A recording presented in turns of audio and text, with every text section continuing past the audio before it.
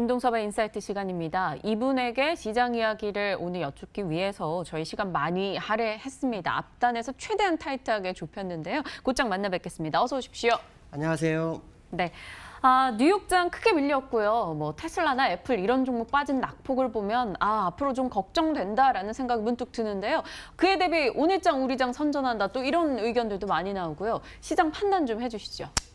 우리나라 장이 오늘 1% 정도 빠졌다 올라왔죠. 이걸 보고 이제 강하다라고 하기 이전에 개파락을 혹시 메우는 거 아닌가라는 생각을 해봐야 됩니다. 개파락을 많이 메운다라는 일은 굉장히 안 좋은 겁니다. 개파락이 이씨 내려가야 빨리 올라옵니다. 근데 지금 개파락 거의 다 메운 걸로 지금 보이거든요. 만약에 이 상태로 오늘 장중 최저점으로 가버리면 갭 없이 하락하는 장, 그만큼 시장이 힘이 없는 장, 이렇게 해석해보는 게 맞을 것 같고요. 지난주 목요일 날 만기 때 아마 예상대로 황당한 일이 좀 벌어질 거다라는 얘기를 했는데 정말 황당한 일이 좀 벌어져서 아마 푸시 대박이 났던 걸로 기억나는데요. 중요한 것은 뭐냐면 이제 외국인들의 움직임에 아주 영향이 있었다라는 거를 이제 말씀을 드리고 싶은 거고, 글로벌 이슈를 첫 번째 봐야 되겠죠. 미국 시장이 합의가 어려울 거라는 얘기를 제가 아마 얘기를 했을 거예요. 말이 안 된다. 왜냐하면 트럼프 대통령이 처음에 이 포인트를 잘못 잡았어요. 그러니까 무역 적자에 대한 부분을 해소를 좀 해야 되겠다라는 쪽으로 갔으면 아주 기가 막힌 전략이었는데 지적재산권을 콕 집어서 가버리는 바람에 이게 중국으로서는 굉장히 부담되죠. 앞으로 중국이 성장하는 과정 속에서 지적재산권에 대한 것을 법제화한다? 이건 불가능하다. 그 얘기는 결국 이 중국으로서는 바로 협상이 안 될 거다라는 생각하죠. 그래서 중국은 시간 끌기를 했던 것 같습니다. 시간 끌기를 해서 트럼프 재선에서 실패하게 만드는 그런 전략을 가져가고 싶었던 거고, 트럼프는 강수를 둬서 어떻게 해서 합의를 좀 보고 싶다는 생각을 할 수도 있지요.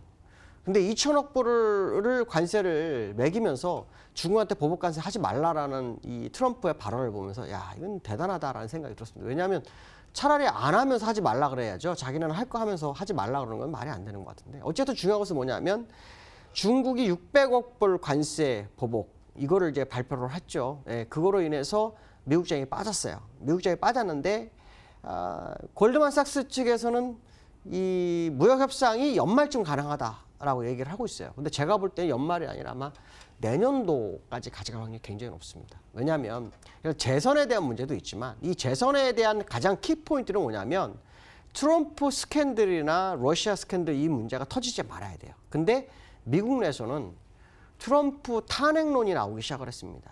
근데 찬성이 45%, 반대가 42%. 1,000만 명 탄핵 서명 운동을 해서 의회에 제출한 상태.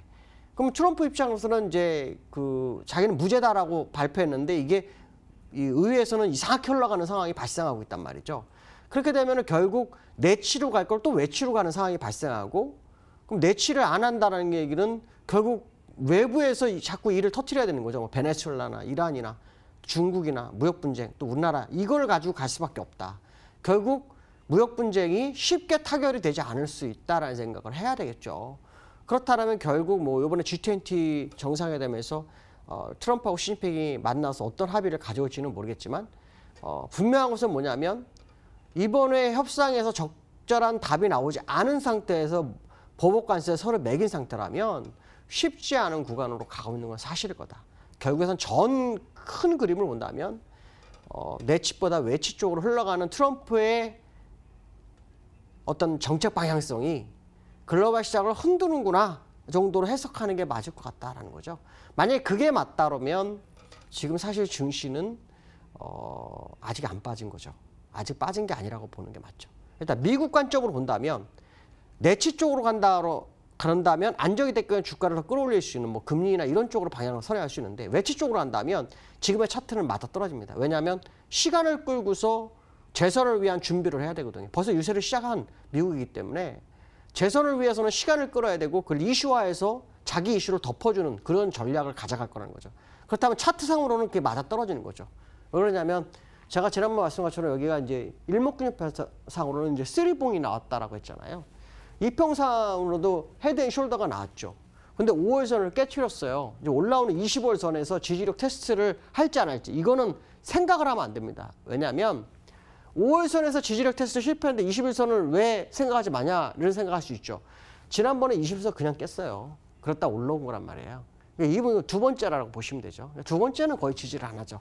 그러니까 사실 어떻게 보면 이거로 본다면 시간 끌는 전략, 그러니까 외치 쪽에 싸움을 할 수밖에 없는 구조적인 상황이 아닐까라는 생각을 해봐야 되죠. 그러니까 결론적으로 말한다면 미국장이 하락을 시작하는 단계, 끝난 단계가 아니라 시작하는 단계로 해석을 해야 되겠죠. 특히 미국에서 이 상황을 뒤집을 수 있는 만한 어떤 자료가 없어요. 재료가 없어요. 자료라고는 재료가 없어요.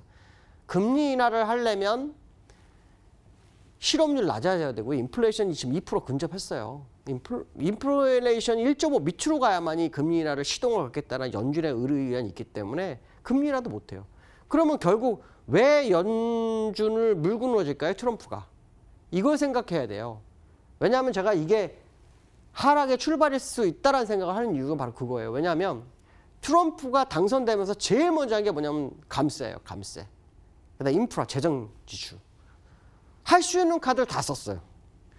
그럼 트럼프가 써야 될 카드는 이제는 통화정책밖에 없는 거예요. 추가 재정은 어려울 거고 감세를 추가하자니 재정 적자가 커질 거고 그렇다면 할 수 있는 건 뭘까요? 통화정책밖에 없는 거예요. 그러니까 통화정책 계속 프레스를 하지만 그게 안 되는 거죠. 왜? 기본적인 데이터가 맞지가 않는 거죠. 그러니까 사실은 이때 이만큼 정도 밀어놨으면 그랬으면은 금리 인하를 하면서 계속 지금 치고 올리면서 이 무역 분쟁에 대한 부분이 다 해소가 되는 그런 상황이 될 수 있었죠. 근데 이걸 놓친 거죠. 그러다 보니까 기술적으로 아주 안 좋은 차트가 마련이 된 상황이다. 그렇기 때문에 지금 상황으로서는 우리가 리스크 관리 계속하는 게 맞을 것 같다라고 말씀을 드리고 싶습니다. 쉽지 않은 구간에 있는 거 아닌가라는 생각을 해야 될 것 같고요. 두 번째는 원달러를 좀 볼까 합니다. 원달러 아마 그 시중에서는 1140원 돌파 어렵다가 아마 대세였을 거예요. 제가 여러분한테 전화를 받았었는데요. 근데 정확하게 그때부터 원달러가 움직였는데 이 원달러가 움직일 때는 우리가 몇 가지를 봅니다. 사실은. 저는 이게 좀 이해가 굉장히 안 돼요. 기술적으로는 분명히 원달러가 날아간다는 건 보였거든요. 날아간다 보였기 때문에 제가 3주 아마 시간을 줬고 그때부터 시작이 됐는데 원달러가 정말 가기 위해서는 외국인들이 팔아서 그 돈이 나가야 돼요. 근데 이 뛰는 시점에서 외국인은 안 팔았어요. 여기서 팔았어요. 여기서. 이게 주봉입니다. 주봉. 그럼 이거는 누가 올렸을까요? 이게 이제 궁금한 겁니다. 그래서 이건 이제 개인적입니다. 저는 사실 제가 뭐 어디서 정보를 받거나 그런 건 아니고요. 자료를 다 뒤져 보다가 이렇게 전체 흐름에서 나오는 것들을 계산을 해보거든요. 첫 번째 이제 이건 음모론적으로 한번 생각을 해봤어요. 우리가 무역 적자가 많이 나고 그러니까 무역 흑자가 불안한 흑자가 나는데 요즘 수출이 줄잖아요. 그러니까 수출을 이익을 늘리고 수입을 줄이게 하기 위한 전략일까 하는 아주 단순한 생각을 한 거고요. 두 번째는 MSCI로 빠져나가려면 아까 말씀하신 외국인이 팔아야 되는데 그렇지 않다. 그러면 이게 왜 올라갈까요? 환율 무역 분쟁 때문에 올라갈까요? 그건 아닌 것 같습니다. 수급적으로 맞지가 않습니다. 그래서 저는 어떤 생각을 했냐면 이 시장에서 지금 우리나라 시장에 살아날 수 있는 아주 중요한 재료들을 계산을 해봤더니 제가 이제 지난번에 지금 흘리면서 얘기했을 거예요. 이건 제 개인적인 생각입니다. 여러분들 판단 잘 하시는 거고 여러분들 판단하셔야 돼요. 리디노베이션이 온 게 아니냐. 왜냐하면 리디노베이션의 가장 기본적인 건 뭐냐면 물가를 올리는 거죠. 물가를 올릴 때 핵심이 뭐냐면 검은 돈을 다 끄집어내는 작업을 하는 게 리디노베이션이에요. 화폐계요. 그럼 그 돈들이 투자를 할 수 있는 게 뭘까요? 달러. 그거 아닐까? 선매집이 아닐까? 뭐 그런 생각을 합니다. 이제 개인적으로. 근데 제가 오늘 왜 이걸 얘기를 할까요? 기술적인 부분을 하나 설명해 드리려고 합니다. 제가 아마 지난번에 이런 얘기를 했어요. 여기서부터 1파, 조정파, 다시 요 1파를 상승한 거면은 1190원이 맞습니다. 1파로 다시 올라간 거면 1190원에서 끝나야지 맞습니다. 근데 보통은 1.5배가 나오죠.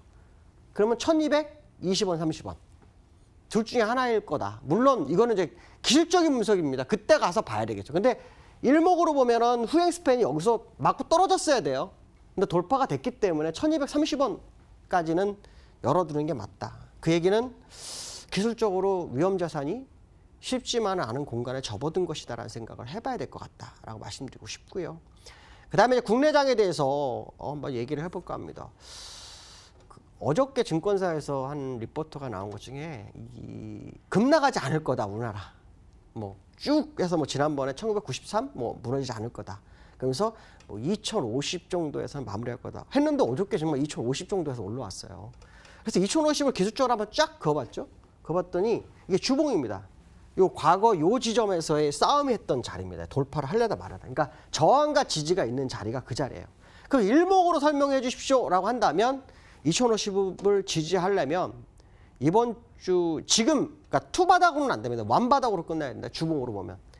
완바닥으로 튀어 올라와야 됩니다. 지금 이 상황에서 끝나면 절대 안 됩니다. 오늘 화요일이죠. 아직 시간이 남아있긴 합니다. 왜냐하면 후행 스팬이 이렇게 뚫고 있어요. 이렇게 뚫는 거는 굉장히 무서운 겁니다. 그냥 투두두둑 떨어지는 자리가 이 자리입니다. 그러니까 사실 어떻게 보면은 지금 자리에서 투바닥으로 주봉상으로 투바닥으로 올라갈 건 생각하면 안 됩니다. 무조건 완바닥으로 올라와야 됩니다. 이번 주에 무조건 반등이 들어와야만이 2050을 인정합니다.